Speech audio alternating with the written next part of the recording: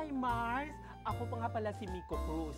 Ang tawag nila sa akin ay Fresh kasi habit ko talaga lahat na makita ko at makasalubong ko, sinasabihan ko ng Fresh. Bakit? Well, sundan nyo ko para malaman nyo. Fresh na fresh, oh!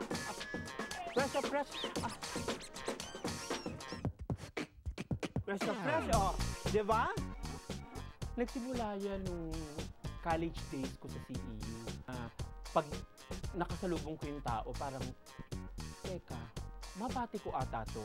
Kasi alam mo naman yung mga bading, di ba? Ang uso noon ay ang ganda, ganun, di ba ganun sila noon? Ganda mo. So yung parang gusto ko ipauso yung Fresh para maiba. At saka di ba pag Fresh, pag hinabit mo yung Fresh, parang napaka-positive din, di ba? Kahit pagod ka, kahit haggard ka, pag sinabihan kang Fresh, di ba? Yung mga ibang sinasabihan ko, kahit dalawang oras ka ng tulog, tinatanggap nila. Kasi nga, maganda positive.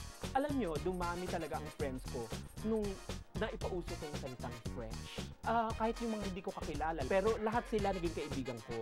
Lahat sila pinifresh ko. Kumbaga, pati sila nagiging expression na rin nila yung Fresh. May napikon, mga dalawa. Ano naman, forgivable naman, hindi naman yung talagang violent reaction na talagang walang tulog. Yung pagod na walang tulog.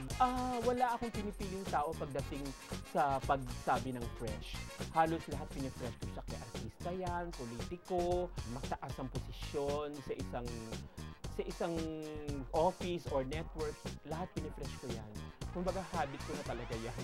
Ewan ko ba kung bakit, pero nasasayahan ako. Ewan ko nung fulfillment na nararamdaman ko pag nagsabi ako ng Fresh. Doon sa pag-fresh ko, lahat ng tao, kay maliit, kay malaki, kay janitor ka pa, kay ano pa, lahat sila natutuwa, habit natutulan.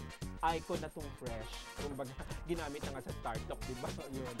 Fresh na fresh, oh, ngayon, alam niyo na ngayon kung anong ibig kong sabihin. Kaya nga ang tawag nila sa akin ay Fresh!